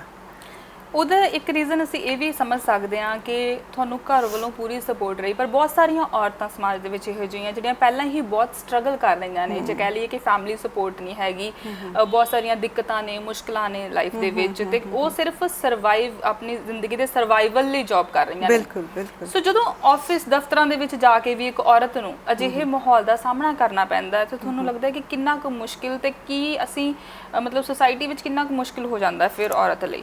ਬਹੁਤ ਮੁਸ਼ਕਿਲ ਹੁੰਦਾ। ਦੇਖੋ, ਜਿਹੜੇ ਮੈਨੂੰ ਲੱਗਦਾ ਹੁੰਦਾ ਟੀਚਿੰਗ ਸਭ ਤੋਂ ਸੇਫ ਹੈ, ਕਿ ਸਾਨੂੰ ਕਿਸੇ ਦੀ ਡੋਮੀਨੈਂਸ ਨਹੀਂ ਹੈ, ਆਪਣੀ ਕਲਾਸ ਲਓ ਤਾਂ ਤੁਸੀਂ ਆ ਜਾਓ, ਹੈ ਨਾ। ਤੇ ਦੂਸਰੇ ਪਾਸੇ ਜੇ ਤੁਸੀਂ ਕਾਰਪੋਰੇਟਸ 'ਚ ਚਲੇ ਜਾਓ ਤੇ ਕਿੰਨੀਆਂ ਸਾਰੀਆਂ ਸਮੱਸਿਆਵਾਂ ਨੇ, ਤੁਸੀਂ ਮਤਲਬ ਫੀਮੇਲ ਨੂੰ ਅੱਗੇ ਵਧਣ ਦੇ ਮੌਕੇ ਨਹੀਂ ਦਿੰਦੇ, ਜੇ ਮਿਲਦੇ ਆ ਤੇ ਉਹਨੂੰ ਸਮਟਾਈਮਸ ਆਪਣੇ ਸਰੀਰ ਨੂੰ ਪੌੜੀ ਬਣਾਉਣਾ ਪੈਂਦਾ। ਸੋ ਇਸ ਤਰ੍ਹਾਂ ਵੀ ਬਹੁਤ ਸਾਰੀਆਂ ਥਾਵਾਂ ਤੇ ਹੁੰਦਾ, ਔਰ ਫਿਰ ਉਹਦੀ ਪ੍ਰਮੋਸ਼ਨ ਰੋਕ ਲੈਣਗੇ, ਮਤਲਬ ਉਹਨੂੰ ਥਾਂ ਥਾਂ ਤੇ ਕੰਪਰੋਮਾਈਜ਼ ਕਰਨ ਦੇ ਲਈ ਕਹਿ ਲਓ ਕਿ ਮਜਬੂਰ ਕੀਤਾ ਜਾਂਦਾ। ਬਿਲਕੁਲ। ਸੋ ਉਹ ਮਜਬੂਰੀ ਆ, ਜੇ ਉਹ ਝੁਕ ਜਾਂਦੀ ਆ ਤਾਂ ਫਿਰ ਅੱਗੇ ਵੱਧ ਜਾਂਦੀ ਆ, ਜੇ ਨਹੀਂ ਝੁਕਦੀ ਤਾਂ ਅੜਦੀ ਆ, ਤਾਂ ਫਿਰ ਨੈਚੁਰਲੀ ਉਹ ਹਰ ਵੇਲੇ ਉਹਦੇ ਲਈ ਇੱਕ ਸਟਰਗਲ ਆ। ਤੇ ਜਿਹੜੀਆਂ ਮੈਂ ਕਹਿੰਦੀ ਆ ਈਵਨ ਕਿ ਯੂਨੀਵਰਸਿਟੀਜ਼ ਦੇ ਵਿੱਚ ਈਵਨ ਆ ਜਿਹੜੇ ਆਪਣੇ ਕੋਲੇ ਬੱਚੇ ਹੁਣ ਰਿਸਰਚ ਕਰਦੇ ਆ, ਮੇਰੇ ਕੋਲੇ ਜਿੰਨੇ ਬੱਚੇ ਨੇ ਸਾਰੀਆਂ ਕੁੜੀਆਂ ਨੇ ਰਿਸਰਚ ਕਰ ਰਹੀਆਂ, ਉਹਨਾਂ ਨੂੰ ਵੀ ਇਹ ਪ੍ਰੈਫਰੈਂਸ ਹੁੰਦੀ ਕਿ ਮੈਂ ਫੀਮੇਲ ਕੋਲੇ ਜਾ ਕੇ ਮੈਂ ਕਰਾਂ ਰਿਸਰਚ, ਤਾਂ ਕਿ PhD ਕਰਾਂ, ਕਿ ਮੇਲ ਮੈਂਬਰਸ ਸਾਹਮਣੇ, ਮੈਂ ਇਹ ਨਹੀਂ ਕਹਿੰਦੀ ਕਿ ਸਾਰੇ ਹੀ ਇਸ ਤਰ੍ਹਾਂ ਹੁੰਦੇ, ਪਰ ਕਈ ਮਤਲਬ ਮੇਰੇ ਕੋਲੇ ਕਈ ਵਾਰੀ ਇਸ ਤਰ੍ਹਾਂ ਆ ਜਾਂਦੇ ਨੇ ਬੱਚੇ ਕਿ ਸਾਨੂੰ ਤੰਗ ਕੀਤਾ ਜਾਂਦਾ ਹੈ, ਸਬਮਿਟ ਨਹੀਂ ਕਰਨ ਦਿੰਦੇ, ਜਾਂ ਹੋਰ ਬੜੀਆਂ ਸਾਰੀਆਂ ਜਿਹੜੀਆਂ ਨਾ, ਮਤਲਬ ਇਹ ਜਿਹੜੀ ਮਨੁੱਖੀ ਫਿਤਰਤ ਹੈ ਨਾ, ਖਾਸ ਕਰਕੇ ਸਾਡੇ ਮੈਂ ਕਹੂੰਗੀ ਪੰਜਾਬ ਦੇ ਵਿੱਚ, ਕਿ ਇਹ ਜਿਹੜਾ ਇਹਨਾਂ ਦਾ ਨਜ਼ਰੀਆ ਹੈ ਨਾ ਔਰਤ ਨੂੰ ਵੇਖਣ ਦਾ, ਇਹ ਬੜਾ ਖਰਾਬ ਆ। ਅਸੀਂ ਕਹਿ ਸਕਦੇ ਹਾਂ ਕਿ ਜਿਹੜੀ ਅਸੀਂ ਜਦੋਂ ਬੋਲਦੇ ਹਾਂ ਕਿ ਔਰਤ ਵੀ ਅੱਜ ਜਿਹੜਾ ਆ ਮਰਦ ਦੇ ਮੋਢੇ ਨਾਲ ਮੋਢਾ ਲਾ ਕੇ ਖੜੀ ਹੋ ਗਈ ਹੈ, ਬਿਲਕੁਲ ਇਕੁਅਲ ਉਹਨੂੰ ਜਿਹੜਾ ਆ ਇੱਕ ਸਥਾਨ ਮਿਲ ਗਿਆ ਹੈ। ਸੋ ਇਹ ਸਮਝਿਆ ਜਾ ਸਕਦਾ ਹੈ ਕਿ ਇਹ ਸਾਰੀਆਂ ਚੀਜ਼ਾਂ ਸਟੇਜਾਂ ਤੇ ਸਪੀਚਸ ਦੇ ਵਿੱਚ ਹੀ ਹੈਗੀਆਂ ਆ, ਪਰ ਕਿਤੇ ਨਾ ਕਿਤੇ ਉਹ ਮੁਕਾਮ, ਉਹ ਥਾਂ ਅਜੇ ਵੀ ਸੁਸਾਇਟੀ ਵਿੱਚ ਔਰਤ ਨੂੰ ਨਹੀਂ ਅਜੇ ਤੱਕ ਦਿੱਤੀ ਗਈ। ਜੇ ਉਹਨੇ ਇਸ ਥਾਂ ਲੈਣੀ ਆ ਤਾਂ ਫਿਰ ਉਹਨੂੰ ਸਟਰਗਲ ਕਰਨਾ ਪੈਂਦਾ। ਮਤਲਬ ਐਵੇਂ ਨਹੀਂ ਤੁਸੀਂ ਕਿਸੇ ਅਹੁਦੇ ਤੇ ਪਹੁੰਚ ਜਾਂਦੇ, ਐਵੇਂ ਨਹੀਂ ਤੁਸੀਂ ਕਿਸੇ ਮਤਲਬ ਹਾਇਰ ਪੋਸਟ ਤੇ ਜਾ ਸਕਦੇ ਆ। ਤਾਂ ਉਹਨੂੰ ਆਪਣੀ, ਜਾਂ ਤਾਂ ਦੇਖੋ ਦੋ ਹੀ ਚੀਜ਼ਾਂ ਨੇ, ਆਈਦਰ ਤਾਂ ਤੁਸੀਂ ਇੰਨਾ ਕੁ ਆਪਣੇ ਆਪ ਨਾਲ ਤੁਹਾਡਾ ਕੌਨਫੀਡੈਂਸ ਲੈਵਲ ਹੋਵੇ ਕਿ ਤੁਸੀਂ ਵੀ ਮੇਰਾ ਰਸਤਾ ਤਾਂ ਠੀਕ ਹੈ ਤੇ ਮੈਂ ਕੰਪਰੋਮਾਈਜ਼ ਨਹੀਂ ਕਰਨਾ, ਮੈਂ ਝੁਕਣਾ ਨਹੀਂ ਗਾ, ਹੈ ਨਾ। ਸਿੱਧੀ ਗੱਲ, ਸਿੱਧੀ ਮੂੰਹ ਤੇ ਕਹੋ, ਮਤਲਬ ਡਰ ਜੋ ਵੀ ਹੋਏਗਾ ਉਹਦੇ ਲਈ ਤਿਆਰ ਵੀ ਰਹਿਣਾ ਪਏਗਾ। ਹਾਂ, ਮਤਲਬ ਡਰ ਕਿਸ ਚੀਜ਼ ਦਾ ਹੈ ਨਾ, ਜਦੋਂ ਤੱਕ ਅਸੀਂ ਆਪਣੇ ਅੰਦਰੋਂ ਡਰ ਨਹੀਂ ਨਾ ਕੱਢਦੇ ਉਦੋਂ ਤੱਕ ਅਸੀਂ ਅੱਗੇ ਵਧ ਹੀ ਨਹੀਂ ਸਕਦੇ। ਸੋ ਪਹਿਲਾਂ ਤਾਂ ਸਾਨੂੰ ਆਪਣੇ ਆਪ ਤੇ, ਮੈਂ ਸਗੋਂ ਕਈ ਵਾਰੀ ਕਹਿੰਦੀ ਹੁੰਦੀ ਹਾਂ ਕਿ ਅਸੀਂ ਐਵੇਂ ਹੀ ਸੋਚਦੇ ਹਾਂ ਕਿ ਔਰਤ ਆਦਮੀ ਤੋਂ ਪਿੱਛੇ ਆ, ਆਪਾਂ ਕਹਿੰਦੇ ਨਾ, ਅਜੇ ਤੱਕ ਔਰਤ ਨੂੰ ਸ਼ਾਇਦ ਇਹ ਹੀ ਸਮਝ ਨਹੀਂ ਆਈ ਕਿ ਮੈਂ ਇਸ ਤੋਂ ਪਿੱਛੇ ਨਹੀਂ ਆ, ਮੈਂ ਇਸ ਤੋਂ ਅੱਗੇ ਆ। ਕਿਉਂ? ਕਿਉਂਕਿ ਉਹ ਸਿਰਜਕ ਆ, ਕ੍ਰੀਏਟਰ ਆ, ਉਹ ਮਾਂ ਆ, ਹੈ ਨਾ, ਉਹ ਧੀ ਆ, ਪਤਨੀ ਆ, ਮਤਲਬ ਸਾਰੇ ਰੋਲ ਉਹ ਨਿਭਾਉਂਦੀ ਆ, ਔਰ ਬਹੁਤ ਸਾਰਾ ਸਮਾਂ ਉਹ ਮਾਂ ਹੁੰਦੀ ਆ, ਚਾਹੇ ਉਹ ਕੁੜੀ ਆ ਚਾਹੇ ਉਹ ਵਿਆਹੀ ਹੋਈ ਆ, ਉਹਦੇ ਅੰਦਰ ਮਾਂ ਪੂਣਾ ਹਮੇਸ਼ਾ ਹੀ ਹੁੰਦਾ ਹੈ। ਸੋ ਔਰਤ ਦੀ ਜਿਹੜੀ ਇਹ ਸ਼ੇਡ ਹੈ ਨਾ ਮਾਂ ਵਾਲੀ, ਤੇ ਉਹ ਜੇ ਉਹਦੇ ਤੇ ਹਾਵੀ ਹੁੰਦੀ ਆ ਤਾਂ ਉਹਨੂੰ ਬੜਾ ਕੁਝ ਜ਼ਿੰਦਗੀ ਦੇ ਵਿੱਚ ਸਹਿਜ ਨਾਲ, ਠਰਮੇ ਨਾਲ ਸਹਿਣਾ ਕਰਨਾ ਆ ਜਾਂਦਾ। ਹੁਣ ਤੁਸੀਂ ਅੱਜ ਹੀ ਅਸੀਂ ਗੱਲ ਕਰ ਰਹੇ ਸੀ, ਕੋਵਿਡ ਬਹੁਤ ਫੈਲਿਆ ਹੋਇਆ ਹੈ ਨਾ ਜੀ, ਕਰੋਨਾ, ਤੇ ਮੈਨੂੰ ਅੱਜ ਅਸੀਂ ਗੱਲ ਕਰ ਰਹੇ ਸੀਗੇ ਕਿ ਉਹਦੇ ਵਿੱਚ ਜਿਹੜੇ ਬਿਮਾਰ ਹੋ ਰਹੇ ਨੇ ਜ਼ਿਆਦਾ ਉਹ ਮੇਲ ਮੈਂਬਰਸ ਆ ਔਰ ਫੀਮੇਲਸ ਦੇ ਉੱਤੇ ਘੱਟ ਅਟੈਕ ਕਰ ਰਹੇ ਆ। ਮਤਲਬ ਬਹੁਤ ਘੱਟ ਤੁਸੀਂ ਸੁਣਿਆ ਹੋਏਗਾ ਫੀਮੇਲਸ ਨੂੰ ਇਹ ਮੈਂ ਵੀ ਅੱਜ ਹੀ ਡਿਸਕਵਰ ਕੀਤੀ ਹੈ ਇਹ ਗੱਲ, ਜਾਂ ਮੇਰੇ ਧਿਆਨ 'ਚ ਆਈ ਆ। ਤੇ ਤੁਸੀਂ ਵੇਖ ਲਓ ਕਿ ਉਹਦੇ ਅੰਦਰ ਕਿੰਨੀ ਹੋਊਗੀ ਸਹਿਣ ਸ਼ਕਤੀ, ਉਹਦੀ ਟੋਲਰੈਂਸ, है ना, कि वो कहते कि जे बच्चा पैदा करना तो 22 हड्डियां टुटण जिन्नी तकलीफ दर्द होंदी आ ते ਉਹ ਦਰਦ ਸਹਿ ਸਹਿ ਕੇ ਉਹ ਕਿੱਥੇ ਪਹੁੰਚ ਜਾਂਦੀ ਹੈ। ਬਿਲਕੁਲ, ਔਰਤ ਆਪਣੇ ਪਰਿਵਾਰ ਨੂੰ ਅੱਗੇ ਵਧਾਉਣ ਦੇ ਵਿੱਚ ਵੀ ਬਹੁਤ ਦਰਦ ਸਹਿੰਦੀ ਹੈਗੀ ਆ। ਸੋ ਜਿਸ ਤਰ੍ਹਾਂ ਅਸੀਂ ਗੱਲ ਕਰ ਰਹੇ ਸੀ ਕਿ ਸੁਸਾਇਟੀ ਵਿੱਚ ਅਜੇ ਵੀ ਉਹ ਮੁਕਾਮ ਜਾਂ ਉਹ ਜਗ੍ਹਾ ਨਹੀਂ ਮਿਲ ਪਾਈ ਹੈ। ਸੋ ਕੀ ਰੀਜ਼ਨ ਲੱਗਦਾ ਤੁਹਾਨੂੰ ਕੀ ਮਾਨਸਿਕਤਾ ਲੱਗਦੀ ਹੈ ਸਮਾਜ ਦੀ ਜਿਹੜਾ ਇਸ ਨਜ਼ਰੀਏ ਨਾਲ ਅੱਜ ਵੀ ਔਰਤ ਨੂੰ ਦੇਖਿਆ ਜਾਂਦਾ ਹੈ ਜਾਂ ਅਜੇ ਵੀ ਉਹ ਇੱਜ਼ਤ ਜਿਹੜੀ ਆ ਉਹ ਨਹੀਂ ਮਿਲ ਪਾ ਰਹੀ? ਇਹਦੇ ਕੁਝ ਰੀਜ਼ਨ ਤਾਂ ਸਾਡੀ ਪਿਤਰਿਕ ਸੋਚ ਆ, ਸਾਡੇ ਦਿਮਾਗਾਂ ਦੇ ਵਿੱਚ ਸਾਡੀ ਜਿਹੜੀ ਬਣਤਰ ਆ, ਮਾਨਸਿਕ ਬਣਾਵਟ ਆ, ਉਹ ਇਸ ਤਰ੍ਹਾਂ ਬਣਾਈ ਹੋਈ ਆ। ਸਾਡੇ ਵਿਚਾਰਾਂ ਨੂੰ ਇਸ ਤਰ੍ਹਾਂ ਉਹਨਾਂ ਨੇ ਕੀਤਾ ਹੋਇਆ ਕਾਬੂ ਦੇ ਵਿੱਚ ਕਿ ਆ ਤੇਰੀਆਂ ਹੱਦਬੰਦੀਆਂ ਨੇ, ਇੱਥੇ ਆ ਕਰਨਾ ਹੈ, ਇੱਦਾਂ ਬਹਿਣਾ ਹੈ ਨਾ। ਹੁਣ ਤੁਸੀਂ ਦੇਖੋ ਵੀ ਅਸੀਂ ਈਵਨ ਆਪਣੇ ਘਰਾਂ ਦੇ ਵਿੱਚ, ਆਪਣੇ ਕਮਰਿਆਂ 'ਚ, ਆਪਣੇ ਬੈਡਰੂਮ 'ਚ ਬਿਨਾਂ ਚਾਦਰ ਦੇ ਨਹੀਂ ਸੌਂ ਸਕਦੇ। ਸਾਨੂੰ ਹਰ ਵੇਲੇ ਆਪਣੇ ਆਪ ਨੂੰ ਢੱਕਣ ਕੱਜਣ ਦੀ ਉਹ ਰਹਿੰਦੀ ਹੈ ਕਿਉਂਕਿ ਸਾਡੀ ਪੈਤਰਿਕ ਪਰਵਰਿਸ਼ ਇੱਦਾਂ ਦੀ है ना। सो ये गल्लां ने कुछ सानू उन्होंने दित्तियां, कुछ सोसाइटी साडे ते बहुत ज़्यादा बंदे दे उत्ते इहो जे कोई नहीं हैगी, बंदिश नहीं है। वो गर्लफ्रेंड भी रख सकता है, वो बाहर भी जा सकता है, वो तुरिया फिर भी सकता है ना, जिथे मर्जी जा सकता, फिर भी उहदे ते सवाल नहीं उठदा है ना। हुण मैं साडे लेखकां दे विच भी कुछ इहो जे कह लो कि लोक ने, मैं मतलब नाम तो नहीं मैं लवांगी कि ਜਿਹੜੇ ਜੇ ਇੱਕ ਮੇਲ ਇੱਕ ਫੀਮੇਲ ਦੋਵੇਂ ਜਾਣੇ ਕਿਸੇ ਗੱਲ ਦੇ ਲਈ ਵਿਵਾਦਿਤ ਨੇ ਤਾਂ ਉਹ ਔਰਤ ਨੂੰ ਬਹੁਤ ਜ਼ਿਆਦਾ ਘੇਰਿਆ ਜਾਂਦਾ ਹੈ। ਬੰਦੇ ਦੀ ਉਸੇ ਤਰ੍ਹਾਂ ਹੀ ਬਾਣ ਪੁੱਛ ਸਤਿਕਾਰ ਹੁੰਦਾ ਹੈ ਨਾ। ਸੋ ਮਤਲਬ ਉਹ ਕਹਿੰਦੇ ਹੁੰਦੇ ਕਿ ਉਹ 900 ਚੂਹੇ ਖਾ ਕੇ ਫਿਰ ਵੀ ਉਹ ਧੋਤੇ ਦਾ ਧੋਤਾ। ਤੇ ਇਹ ਸਾਡੀ ਸੋਚ ਹੈ, ਸਾਡੀ ਦ੍ਰਿਸ਼ਟੀ ਆ। ਤੇ ਇਹਦੇ ਲਈ ਅਸੀਂ ਉਦੋਂ ਹੀ ਕਾਮਯਾਬ ਹੋਵਾਂਗੇ ਜਦੋਂ ਫੀਮੇਲ ਨੂੰ ਇਸ ਗੱਲ ਦਾ ਅਹਿਸਾਸ ਹੋ ਜਾਏਗਾ कि वो मर्द तो पिछे नहीं है बल्कि अगांह है। बिल्कुल, खुद नूं एहसास होना, खुद नूं एहसास होना बहुत जरूरी है। बहुत तुसी जिन्ने खूबसूरत तुसी हो, जिन्ने खूबसूरत शख्सियत हो, उन्नी ही खूबसूरत गल्लां भी कर रहे हो। सो पर इत्थे रुक रहे हैं कि छोटे जे ब्रेक दे लई। ब्रेक तो बाद मुड़ हाजिर होवांगे। तुसीं देखदे रहो विजन पंजाब टीवी।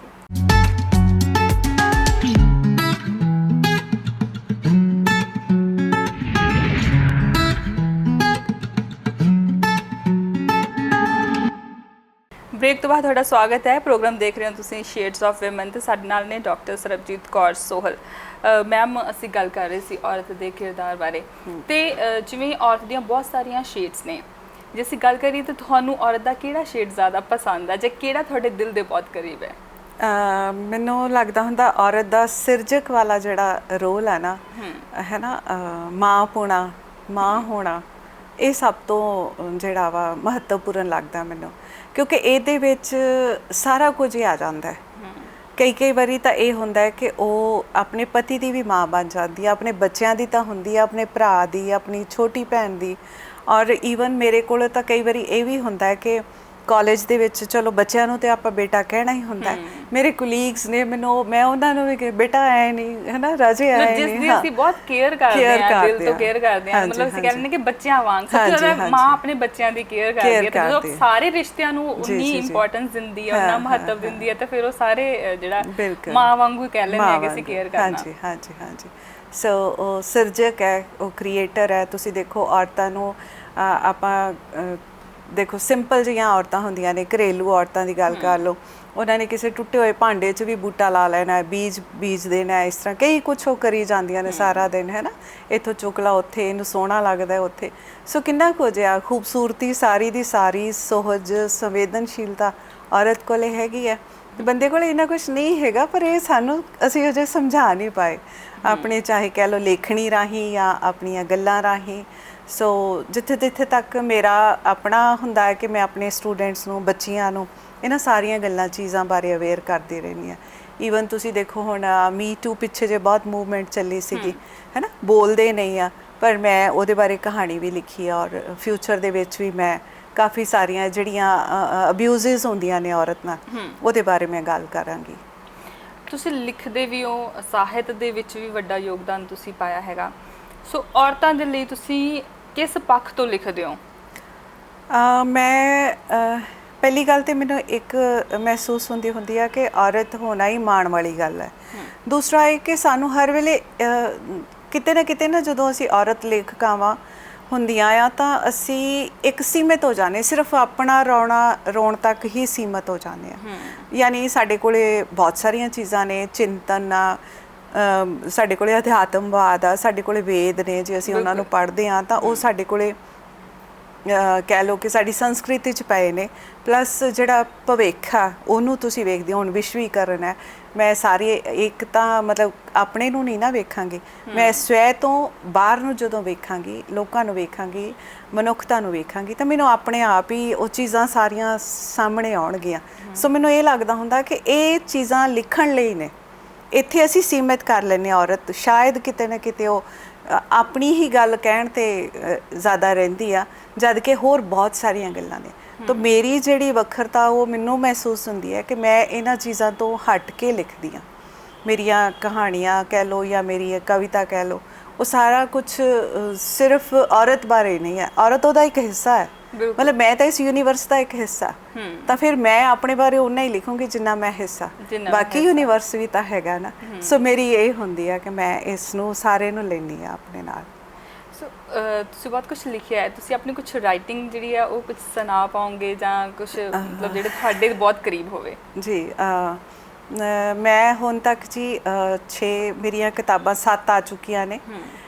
7 ਕਿਤਾਬਾਂ ਆ ਗਈਆਂ ਨੇ ਕਵਿਤਾ ਦੀਆਂ, 3 ਆਲੋਚਨਾ ਦੀਆਂ ਔਰ 5 ਮੈਂ ਐਡਿਟ ਕੀਤੀਆਂ, 10 ਟਰਾਂਸਲੇਟ ਕੀਤੀਆਂ। ਸੋ ਬਹੁਤ ਸਾਰੀਆਂ ਜਿਹੜੀਆਂ ਕਿਤਾਬਾਂ ਨੇ ਉਹ ਮੇਰੀਆਂ, ਤੇ ਮੈਂ ਤੁਹਾਨੂੰ ਸੁਣਾ ਦਿੰਦੀ ਆ ਇੱਕ ਕੋਈ ਵੀ ਕਵਿਤਾ। ਬਹੁਤ ਸਾਰੇ ਮੈਂ ਸੁਪਨੇ ਬੜੇ ਆਉਂਦੇ ਨੇ ਤੇ ਫਿਰ ਮੈਂ ਉਹਨਾਂ ਬਾਰੇ ਵੀ ਕੋਈ ਨਾ ਕੋਈ ਲਿਖ ਦਿੰਦੀ। ਇਹ ਮੇਰੀ ਨਵੀਂ ਕਿਤਾਬ ਹੈ ਬਰਖਿਲਾਫ ਬਜ਼ਾਤੇ ਖੁਦ। ਜਿੱਦਾਂ ਮੈਂ ਕਹਿੰਦੀ ਹੁੰਦੀ ਆ ਕਿ ਜਿਹੜੀਆਂ ਆਪਾਂ ਗੱਲ ਕਰ ਰਹੇ ਸੀ ਉਹਦੇ ਨਾਲ ਸੰਬੰਧਿਤ ਹੀ ਇਹ ਕਵਿਤਾ ਆ। ਧੀਆਂ ਧਿਰ ਹੁੰਦੀਆਂ ਨੇ, ਧੀਆਂ ਧਿਰ ਹੁੰਦੀਆਂ ਨੇ, ਘਰ ਦੀ ਧੜਕਣ ਹੁੰਦੀਆਂ ਨੇ, ਸੋਹਜ ਦਾ ਸਿਲਸਿਲਾ ਇਹਨਾਂ ਨਾਲ ਅਗਾਂਹ ਤੁਰਦਾ ਏ। ਨਿੱਕੇ ਨਿੱਕੇ ਹੱਥ ਗੁੱਡੀਆਂ ਪਟੋਲਿਆਂ ਨਾਲ ਖੇਡਦੇ, ਕਦੋਂ ਰੋਟੀਆਂ ਪਕਾਉਣੀਆਂ ਸਿੱਖ ਜਾਂਦੇ ਨੇ, ਪਤਾ ਹੀ ਨਹੀਂ ਲੱਗਦਾ। ਆਪਣੇ ਹਿੱਸੇ ਦੀਆਂ ਲੋਰੀਆਂ, ਬੁਰਕੀਆਂ, ਕਿਲਕਾਰੀਆਂ, ਸਾਰੇ ਹੱਕ ਹੱਸਦੀਆਂ ਹੱਸਦੀਆਂ ਭਰਾ ਦੀ ਝੋਲੀ ਪਾ ਦਿੰਦੀਆਂ ਨੇ।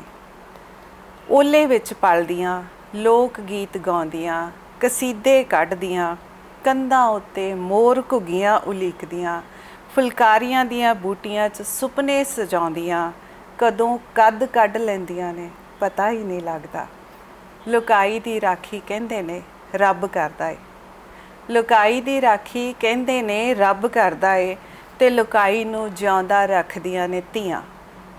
ਰੀਝਾਂ ਤੇ ਚਾਅ ਪਰੰਪਰਾ ਦੇ ਸੱਚੇ 'ਚ ਢਾਲਦੀਆਂ, ਰੀਝਾਂ ਤੇ ਚਾਅ ਪਰੰਪਰਾ ਦੇ ਸੱਚੇ 'ਚ ਢਾਲਦੀਆਂ, ਮੁੜ ਇੱਕ ਪਰੰਪਰਾ ਸਿਰਜਣ ਲਈ ਕਦੋਂ ਅਗਲੇ ਘਰ ਤੁਰ ਪੈਂਦੀਆਂ ਨੇ, ਪਤਾ ਹੀ ਨਹੀਂ ਲੱਗਦਾ।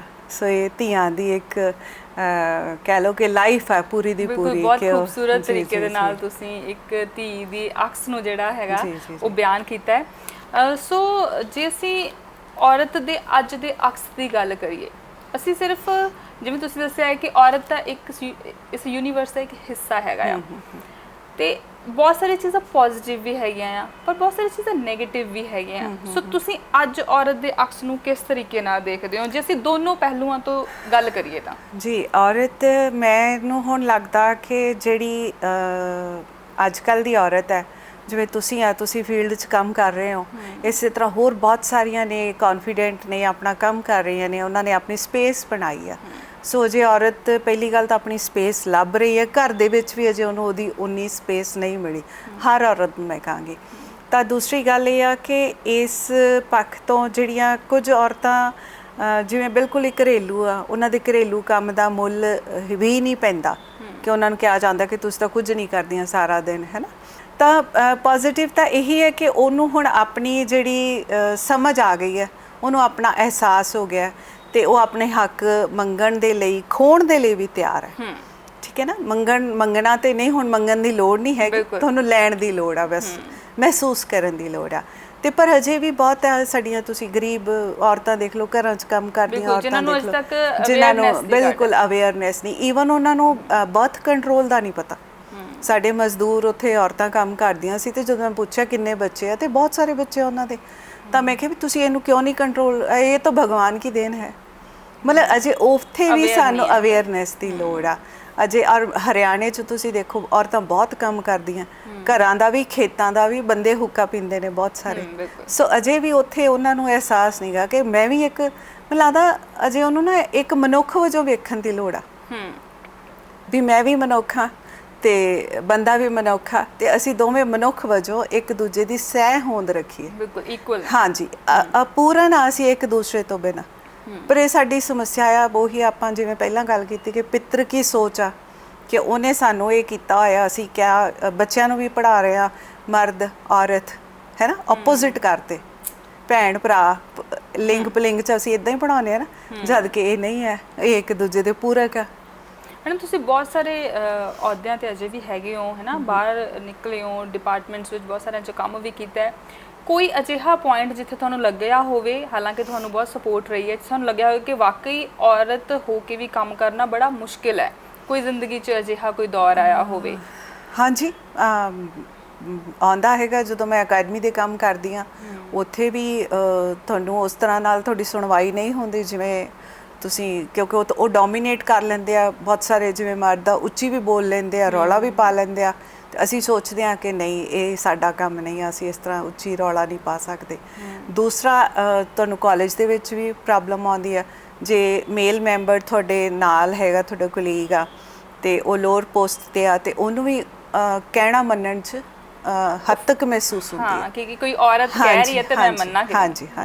ਮਤਲਬ ਇਸ ਥਾਂ ਤੇ ਪਹੁੰਚਣ ਦੇ ਲਈ ਤੁਹਾਨੂੰ ਬਹੁਤ ਸਟਰਗਲ ਕਰਨੀ ਪੈਂਦੀ, ਤੁਹਾਨੂੰ ਆਪਣਾ ਇੱਕ ਕਹਿ ਲਓ ਕਿ ਅਹੁਦਾ, ਰੁਤਬਾ, ਇੱਕ ਔਰਾ ਸਥਾਪਿਤ ਕਰਨਾ ਪੈਂਦਾ, ਆਪਣੇ ਆਪ ਨਹੀਂ ਮਿਲਦਾ। ਬਿਲਕੁਲ, ਆਪਣਾ ਇੱਕ ਪ੍ਰਭਾਵ ਜਿਹੜਾ ਤੁਹਾਨੂੰ ਬਣਾਉਣਾ ਪਏਗਾ, ਤਾਂ ਜੋ ਸਾਹਮਣੇ ਵਾਲਾ ਕੁਝ ਬੋਲਣ ਤੋਂ ਪਹਿਲਾਂ ਇੱਕ ਵਾਰ ਸੋਚੇ ਜ਼ਰੂਰ। ਹਾਂਜੀ। ਫਿਰ ਇੱਕ ਆਖਰੀ ਮੈਂ ਇੱਕ ਤੁਹਾਨੂੰ ਅਪੀਲ ਕਹਿ ਲਓ ਕਰੂੰਗੀ ਕਿ ਤੁਸੀਂ ਸੁਸਾਇਟੀ ਦੀਆਂ ਔਰਤਾਂ ਲਈ ਜਾਂ ਔਰਤਾਂ ਪ੍ਰਤੀ ਸੁਸਾਇਟੀ ਲਈ ਕੀ ਕੋਈ ਮੈਸੇਜ ਜਿਹੜਾ ਉਹ ਦੇਣਾ ਚਾਹੋਗੇ? ਮੈਂ ਇਹ ਕਹਿਣਾ ਚਾਹਾਂਗੀ ਕਿ ਜਿੰਨੀਆਂ ਵੀ ਇਸ ਦੁਨੀਆ ਦੇ ਵਿੱਚ ਔਰਤਾਂ ਨੇ, ਉਹ ਸਾਰੀਆਂ ਸਭ ਤੋਂ ਪਹਿਲਾਂ ਤਾਂ ਇਹ ਮੰਨ ਲੈਣ ਕਿ ਉਹ ਸਿਰਜਕ ਨੇ, ਉਹ ਕ੍ਰੀਏਟਰ ਨੇ, ਉਹ ਕਿਸੇ ਤਰ੍ਹਾਂ ਵੀ ਆਪਣੇ ਸਾਥੀ ਮਰਦ ਤੋਂ ਘੱਟ ਨਹੀਂ ਨੇ, ਤੇ ਉਹਨਾਂ ਦੀ ਆਪਣੀ ਇੱਕ ਸਪੇਸ ਹੈ। ਪਰ ਅਜੇ ਉਹ ਸਪੇਸ ਲੈਣ ਦੇ ਲਈ ਉਹਨਾਂ ਨੂੰ ਸੰਘਰਸ਼ ਦੀ ਲੋੜ ਹੈ। ਤੇ ਇੱਕ ਗੱਲ ਹੋਰ ਕਿ ਅਸੀਂ ਆਪਣੀਆਂ ਧੀਆਂ 'ਤੇ ਵੀ ਯਕੀਨ ਕਰਨਾ ਸਿੱਖੀਏ। ਹਮੇਸ਼ਾ ਮਾਵਾਂ ਦੀ ਜਿਹੜੀ ਅੱਖਾਂ ਹੁੰਦੀਆਂ ਨਾ, ਉਹ ਧੀ ਦੀ ਪਿੱਠ 'ਤੇ ਬਾਹਰ ਤੁਰੀਆਂ ਰਹਿੰਦੀਆਂ, ਨਾਲ ਧੀ ਦੇ, ਜਦੋਂ ਤੱਕ ਉਹ ਆ ਨਾ ਜਾਵੇ। ਸੋ ਅਸੀਂ ਯਕੀਨ ਕਰਨਾ ਸਿੱਖੀਏ, ਤੇ ਫਿਰ ਬੱਚੇ ਯਕੀਨ ਤੋੜਦੇ ਵੀ ਨਹੀਂ ਆ। ਔਰ ਸਭ ਤੋਂ ਵੱਡੀ ਗੱਲ ਇਹ ਆ ਕਿ ਸਾਰੇ ਰਲ ਕੇ ਰਹੀਏ, ਚਾਹੇ ਉਹ ਮਰਦ ਆ ਜਾਂ ਔਰਤ ਆ, ਦੂਜੇ ਨੂੰ ਸੁਖਾਵਾਂ ਜਿਹੜਾ ਸੰਬੰਧ ਰੱਖੀਏ। ਔਰ ਹਰ ਔਰਤ ਨੂੰ ਇਸ ਨਿਗਾਹ ਜਿਹੜੀ ਆ, ਦ੍ਰਿਸ਼ਟੀ ਆ, ਕਹਿ ਲਓ ਕਿ ਜਿਹੜੀ ਇੱਕ ਗਲਤ ਦ੍ਰਿਸ਼ਟੀ ਆ, ਉਸ ਤੋਂ ਵੇਖਣ ਤੋਂ ਗੁਰੇਜ਼ ਕਰੀਏ। ਜਦੋਂ ਇਹ ਗੱਲ ਅਸੀਂ ਆਪਣੇ ਬੱਚਿਆਂ ਦੀ ਪਰਵਰਿਸ਼, ਖਾਸ ਕਰਕੇ ਲੜਕਿਆਂ ਦੀ ਪਰਵਰਿਸ਼ ਦੇ ਵਿੱਚ ਵੀ ਲੈ ਆਵਾਂਗੇ ਕਿ ਬੇਟਾ ਇਹ ਤੇਰੀ ਭੈਣ ਨਾਲ ਵੀ ਇਸ ਤਰ੍ਹਾਂ ਹੋ ਸਕਦਾ, ਜਾਂ ਇਹ ਵੀ ਮਤਲਬ ਰਿਸ਼ਤੇ ਜਿਹੜੇ ਨੇ ਉਹ ਸੁਖਾਵੇਂ ਹੋਣ, ਉਹਨਾਂ ਦੇ ਵਿੱਚ ਜਿਹੜੀ ਹਵਸ ਆ, ਹਿਰਸ ਆ, ਉਹ ਨਾ ਹੋਵੇ, ਤਾਂ ਮੈਨੂੰ ਲੱਗਦਾ ਕਿ ਫਿਰ ਅਸੀਂ ਇਹ ਦੁਨੀਆ ਨੂੰ ਹੋਰ ਸੋਹਣੀ, ਹੋਰ ਰਹਿਣਯੋਗ, ਹੋਰ ਸੋਚਮਈ ਬਣਾ ਸਕਦੇ ਹਾਂ। ਮੈਮ ਇੱਕ ਕੁਐਸਚਨ ਮੈਨੂੰ ਹੋਰ ਜਿਹੜਾ ਮੇਰੇ ਜ਼ਿਹਨ 'ਚ ਆਇਆ, ਤੁਸੀਂ ਦੱਸਿਆ ਕਿ ਤੁਹਾਡੇ ਬੇਟੇ ਹੈਗੇ ਨੇ ਹੈ ਨਾ, ਤੇ ਵਧੀਆ ਸੈਟਲਡ ਹੈਗੇ ਨੇ, ਸੋ ਮੇਰੇ ਪਹਿਲਾਂ ਵੀ ਬਹੁਤ ਵਾਰ ਜ਼ਿਹਨ 'ਚ ਸਵਾਲ ਆਉਂਦਾ ਹੈ ਕਿ ਤੁਸੀਂ ਕਿਹਾ ਕਿ ਮਾਂ ਨੂੰ ਧੀ 'ਤੇ ਯਕੀਨ ਕਰਨਾ ਚਾਹੀਦਾ ਹੈ ਨਾ। ਅਸੀਂ ਇੱਕ ਔਰਤ ਕਹਿ ਲਓ, ਜਦ ਘਰ ਦੇ ਵਿੱਚ ਧੀ ਹੁੰਦੀ ਆ, ਤੇ ਉਹਨੂੰ ਅਕਸਰ ਜਿਹੜਾ ਸਮਝਾਇਆ ਜਾਂਦਾ ਹੈ ਕਿ ਇਹ ਨਹੀਂ ਕਰਨਾ, ਐਵੇਂ ਨਹੀਂ ਕਰਨਾ, ਇੱਥੇ ਸੰਭਲ ਕੇ ਚੱਲਣਾ, ਇੱਦਾਂ ਸੰਭਲ ਕੇ ਚੱਲਣਾ। ਤੁਹਾਨੂੰ ਲੱਗਦਾ ਹੈ ਕਿ ਇੱਕ ਮਾਂ ਜਿਹੜੀ ਆ, ਓਨਾ ਹੀ ਉਹਦਾ ਫਰਜ਼ ਬਣਦਾ ਕਿ ਆਪਣੇ ਬੇਟੇ ਨੂੰ ਵੀ ਓਨਾ ਹੀ ਸਮਝਾਵੇ ਕਿ ਸੁਸਾਇਟੀ ਦੇ ਵਿੱਚ ਇੱਦਾਂ ਚੱਲਣਾ ਹੈ, ਐਵੇਂ ਨਹੀਂ ਚੱਲਣਾ, ਜਾਂ ਇੱਕ ਲੜਕੀ ਨੂੰ, ਇੱਕ ਔਰਤ ਨੂੰ ਇੰਨੀ ਰਿਸਪੈਕਟ ਦੇਣੀ ਆ, ਇੰਨੀ ਇੱਜ਼ਤ ਦੇਣੀ ਆ। ਮਤਲਬ ਤੁਹਾਨੂੰ ਲੱਗਦਾ ਕਿ ਇਹ ਚੀਜ਼ਾਂ ਵੀ ਹੁਣ ਓਨੀਆਂ ਹੀ ਜ਼ਰੂਰੀ ਹੋ ਗਈਆਂ। ਜੇ ਇੱਕ ਮਾਂ ਆਪਣੀ ਬੇਟੀ ਤੇ ਨਹੀਂ ਟਰਸਟ ਕਰ ਪਾਉਂਦੀ, ਟਰਸਟ ਦੀ ਗੱਲ ਨਹੀਂ ਕਰਦੇ ਅਸੀਂ, ਕਹਿ ਲਈ ਕਿ ਡਰਦੀ ਹੈ ਮਾਂ, ਹੈ ਨਾ, ਤੇ ਸ਼ਾਇਦ ਕਿਤੇ ਨਾ ਕਿਤੇ ਉਹਦਾ ਰੀਜ਼ਨ ਇਹ ਵੀ ਹੈ ਕਿ ਸੁਸਾਇਟੀ 'ਚ ਕੁਝ ਗਲਤ ਨਾ ਹੋ ਜੇ ਉਹਦੇ ਨਾਲ, ਹਾਂ। ਇਹ ਇੱਕ ਡਰ ਹਮੇਸ਼ਾ ਬਣਿਆ ਡਰ ਰਹਿੰਦਾ। ਹਮੇਸ਼ਾ ਬਣਿਆ ਰਹਿੰਦਾ, ਉਹੀ ਨਾ ਡਰ ਉਹਦੇ ਨਾਲ ਨਾਲ ਤੁਰਿਆ ਜਾਂਦਾ ਹੈ। ਪਰ ਮੈਨੂੰ ਲੱਗਦਾ ਸਾਨੂੰ ਬੇਟਿਆਂ ਦੀ ਪਰਵਰਿਸ਼ 'ਚ, ਜਿਵੇਂ ਮੈਂ ਆ ਤੇ ਘੱਟੋ ਘੱਟ ਮੇਰੇ ਬੱਚੇ ਜ਼ਰੂਰ ਮੈਂ ਉਹਨਾਂ ਨੂੰ ਹਮੇਸ਼ਾ ਕਿਹਾ ਬੇਟਾ ਦੇਖੋ ਤੁਸੀਂ ਕਿਸੇ ਨੂੰ ਚੀਟ ਨਹੀਂ ਕਰਨਾ, ਕਿਸੇ ਨਾਲ ਧੋਖਾ, ਮਤਲਬ ਕਿ ਈਵਨ ਕਿ ਜੇ ਲੜਕੀ ਆ ਤੇ ਇਹ ਨਹੀਂਗਾ ਕਿ ਤੁਸੀਂ ਕਿਸੇ ਨੂੰ ਮਿਸਬਿਹੇਵ ਕਰੋ ਜਾਂ ਕੁਝ ਵੀ। ਵੈਸੇ ਤਾਂ ਚੰਗੇ ਸਕੂਲਾਂ ਕਾਲਜਾਂ ਤੋਂ ਪੜ੍ਹ ਕੇ ਬੱਚੇ ਮੈਚੁਰ ਹੋ ਜਾਂਦੇ ਆ। ਬਿਲਕੁਲ ਪਰਵਰਿਸ਼ ਦਾ ਬਹੁਤ ਫਰਕ ਪੈਂਦਾ। ਈਵਨ ਮੈਂ ਆਪਣੇ ਕਾਲਜ ਦੇ ਬॉयਜ਼ ਨੂੰ, ਸਟੂਡੈਂਟਸ ਨੂੰ ਹਮੇਸ਼ਾ ਸਮਝਾਉਣੀ ਆ ਇਹ ਗੱਲ ਕਿ ਤੁਸੀਂ ਚੰਗੀ ਨਿਗਾਹ ਨਾਲ ਵੇਖਣਾ ਹੈ, ਤੁਸੀਂ ਇਕੱਠੇ ਰਹਿਣਾ ਆ, ਇਕੱਠੇ ਬੈਠੋ, ਖਾਓ ਪੀਓ, ਪਰ ਕਿਸੇ ਨੂੰ ਗਲਤ ਨਹੀਂ ਨਿਗਾਹ ਨਾਲ ਵੀ ਵੇਖਣਾ ਜਾਂ ਗਲਤ ਕਰਨਾ ਵੀ ਨਹੀਂ ਚਾਹੀਦਾ ਕਿਸੇ ਦੇ ਨਾਲ। ਸੋ ਮੁੰਡਿਆਂ ਦੀ ਪਰਵਰਿਸ਼ ਦੇ ਵਿੱਚ ਹੁਣ ਸਭ ਤੋਂ ਵੱਡੀ ਚੀਜ਼ ਇਹੀ ਹੈ, ਰਿਕੁਆਇਰਡ ਆ ਕਿ ਸਾਨੂੰ ਆਪਣੇ ਬੇਟਿਆਂ ਦੀ ਪਰਵਰਿਸ਼ 'ਚ। ਹੁਣ ਮੇਰੀ ਛੋਟੇ ਬੇਟੇ ਦੀ ਇੰਗੇਜਮੈਂਟ ਹੋਈ ਆ, ਬੇਟੀ ਸਾਡੀ ਅਮਨ ਡਾਕਟਰ ਆ, ਤਾਂ ਉਹ ਜਦੋਂ ਆਉਂਦੀ ਆ ਤਾਂ ਮੈਨੂੰ ਚਾਅ ਚੜ੍ਹ ਜਾਂਦਾ ਹੈ, ਰੌਣਕ ਲੱਗ ਜਾਂਦੀ ਹੈ ਮੇਰੇ ਘਰ 'ਚ, ਹੈ ਨਾ। ਤੇ ਮੈਂ ਉਹਨੂੰ ਕਹਿੰਦੀ ਹੁੰਦੀ ਕਿ ਉਹਨੇ ਸਾਰਾ ਕੁਝ ਛੱਡ ਕੇ ਆਪਣਾ ਸਾਡੇ ਕੋਲੇ ਆਉਣਾ। ਸੋ ਉਹਨੂੰ ਉਹਦੀ ਬਣਦੀ ਸਪੇਸ, ਉਹਦੀ ਥਾਂ, ਉਹ ਜੋ ਪਾਉਣਾ ਚਾਹਵੇ, ਜਦੋਂ ਉੱਠਣਾ ਚਾਹਵੇ, ਜੋ ਖਾਣਾ ਚਾਹਵੇ, ਹੈ ਨਾ, ਵੀ ਉਹਦਾ ਘਰ ਹੈ। ਉਹਨੂੰ ਇਹ ਨਾ ਮਹਿਸੂਸ ਹੋਵੇ ਕਿ ਮੈਂ ਉਹ ਘਰ ਛੱਡ ਕੇ ਆ ਰਹੀ ਹਾਂ। ਸੋ ਇਹ ਸਾਰੀਆਂ ਚੀਜ਼ਾਂ ਨੇ, ਔਰ ਹੌਲੀ ਹੌਲੀ ਸ਼ਾਇਦ ਅਸੀਂ ਸਿੱਖ ਜਾਈਏ। ਬਿਲਕੁਲ, ਬਤੌਰ ਮਾਂ, ਬਤੌਰ ਟੀਚਰ, ਜਦੋਂ ਤੁਹਾਡੇ ਵਰਗੇ ਲੋਕ ਸਮਝਾਉਂਦੇ ਨੇ ਤੇ ਜ਼ਾਹਿਰ ਜੀ ਗੱਲ ਆ ਕਿਤੇ ਨਾ ਕਿਤੇ ਬਤੌਰ ਸੱਸ ਬਤੌਰ ਸੱਸ ਬਿਲਕੁਲ ਬਹੁਤ ਖੂਬਸੂਰਤ ਹੁੰਦਾ ਹੋਏਗਾ ਉਹਨਾਂ ਲਈ ਵੀ। ਬਹੁਤ ਅੱਛਾ ਲੱਗਦਾ ਹੈ ਸਿੱਖਣਾ ਜਿਹੜਾ। ਬਹੁਤ ਵਧੀਆ ਲੱਗਿਆ ਮੈਮ ਤੁਹਾਡੇ ਨਾਲ ਗੱਲਾਂ ਬਾਤਾਂ ਕਰਕੇ। ਤੇ ਬਹੁਤ ਜਦੋਂ ਕਈ ਇਦਾਂ ਦੀਆਂ ਮਤਲਬ ਕਹਿ ਨਾ ਕਿ ਰੂਹ ਤੋਂ ਗੱਲਾਂ ਕਰਨ ਨਾਲ ਜਿਹੜਾ ਉਹ ਮਹਿਸੂਸ ਹੁੰਦੀਆਂ ਨੇ ਉਹ ਚੀਜ਼ਾਂ ਨਾ। ਤੇ ਥੈਂਕ ਯੂ ਸੋ ਮਚ ਸਾਨੂੰ ਸਮਾਂ ਦਿੱਤਾ। ਥੈਂਕ ਯੂ ਤੁਹਾਡਾ, ਤੁਸੀਂ ਮੈਨੂੰ ਸਾਰੇ ਦਰਸ਼ਕਾਂ ਨਾਲ ਮਿਲਾਇਆ ਵਿਜ਼ਨ ਪੰਜਾਬ ਦੇ। So thank you very much. So ਇਸ ਸਾਡੇ ਨਾਲ ਡਾਕਟਰ ਸਰਬਜੀਤ ਕੌਰ ਸੋਹਲ, ਜਿਨ੍ਹਾਂ ਨੇ ਵੱਖ-ਵੱਖ ਅਹੁਦਿਆਂ ਤੇ ਆਪਣੇ ਜਿਹੜੇ ਆਪਣਾ ਕਿਰਦਾਰ ਨਿਭਾ ਰਹੇ ਨੇ, ਜ਼ਿੰਮੇਵਾਰੀਆਂ ਨਿਭਾ ਰਹੇ ਨੇ, ਪਰ ਇਸ ਦੇ ਨਾਲ ਸਮਾਜ ਦੇ ਵਿੱਚ ਇੱਕ ਅੱਛੀ ਸੋਚ ਜਿਹੜੀ ਆ ਉਹ ਵੀ ਉਸ ਨੂੰ ਵੀ ਉਹ ਵਧਾਵਾ ਦਿੰਦੇ ਨੇ। ਸੋ ਅਗਲੇ ਹਫਤੇ ਫਿਰ ਹਾਜ਼ਰ ਹੋਵਾਂਗੇ ਸ਼ੇਡਸ ਆਫ ਵਿਮਨ ਦੇ ਵਿੱਚ ਕਿਸੇ ਹੋਰ ਖੂਬਸੂਰਤ ਮਹਿਲਾ ਦੇ ਨਾਲ। ਤਦ ਤੱਕ ਲਈ ਮੈਨੂੰ ਦਿਓ ਇਜਾਜ਼ਤ। ਤੁਸੀਂ ਦੇਖਦੇ ਰਹੋ ਵਿਜ਼ਨ ਪੰਜਾਬ ਟੀਵੀ, ਹਰ ਕਦਮ ਤੁਹਾਡੇ ਨਾਲ।